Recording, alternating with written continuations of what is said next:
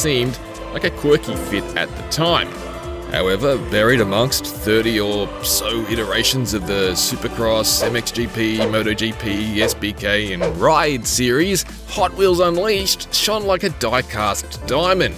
Combining the impeccable speed brandished by the likes of arcade racing icon Burnout with the twisted madness of Trackmania, Hot Wheels Unleashed boasts toy-sized racing that's small on scale and massive on fun. After the positive reception for the original, a sequel is no real surprise. But how does Hot Wheels Unleashed 2 Turbocharged improve on the 1/64 formula? At least, other than just adding motorcycles, that is. Classic milestone. We've had a brief hands-on with Hot Wheels Unleashed 2, and it definitely seems largely in line with the original at first blush. That is, tiny and impeccably detailed toy cars taking on wild and wacky plastic tracks draped across life-sized environments.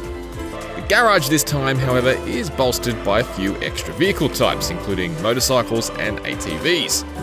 They honestly look a little odd without riders, and they're too big compared to the cars, but both of those things are more or less out of Milestone's control. Milestone is just emulating the actual Hot Wheels models, and in real life, the die-cast bikes do skew quite large compared to the regular cars they're ranged alongside of.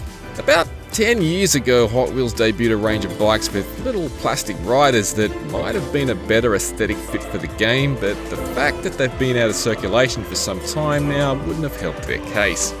The bikes handle much like everything else in the game, but they do authentically lean left and right as they maneuver.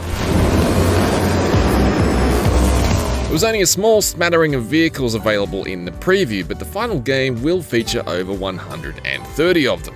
The first game launched with 66, although over 80 more were added as DLC or rewards post-release.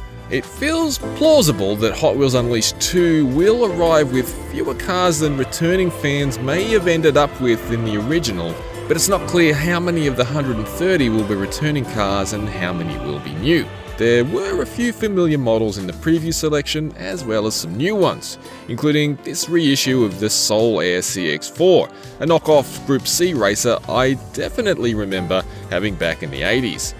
I also spotted a Bugatti Chiron, so licensed models will still make an appearance. Hopefully, we'll see some more entertainment models. Last time around we had the DeLorean from Back to the Future and the TMNT Party Wagon amongst several others, but it'd be nice to see some Fast and Furious cars in there, considering it's been a significant pillar of Hot Wheels' range for years. There were 2 track environments available in the preview, Backyard and Mini Golf Course. They're both brightly lit and largely outdoor locations, and they both introduced dirt and grass as terrain. I'm guessing I'll probably need more time with more vehicles to properly assess just what impact these different service types have on the overall handling, but there is supposed to be an effect. 3 other maps are called Dinosaur Museum, Gas Station, and Arcade. I'm liking the look of the neon splash diner and gas station, but Arcade looks like it has massive potential to be my favourite, and not just because I obviously have a soft spot for classic video game halls. In my opinion, the visuals for the original Hot Wheels Unleashed were at their absolute strongest in the garage map, which features a fantastic contrast between more dimly lit zones and areas bathed in fluorescent light. I suspect the lighting in Arcade will be equally strong. Milestone has added more race types to Hot Wheels Unleashed 2, which is a good move. As much as I truly enjoy the original, it is a little limited by the fact it only features standard races and time trials. Hot Wheels Unleashed 2 adds elimination events, drift challenges, and waypoint time trials. There'll also be some online specific events, including a Destruction Derby themed one, but we weren't able to try that one during our preview.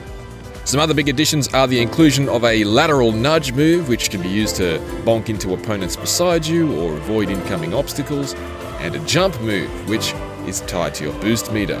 The jump move seems like a big swing considering how much of an effect that may have on shortcut hunting, but I'm going to reserve judgment until I can get a lot more time to explore the tracks.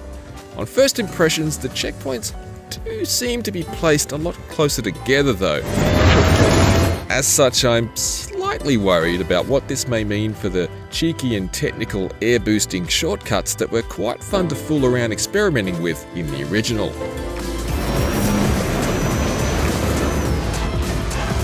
Hot Wheels Unleashed 2 Turbocharged is primed to hit the pegs on October 19, 2023. For more, check out the debut trailer, and if you skipped the original, you can check out IGN's verdict on that also. For everything else, stick with IGN.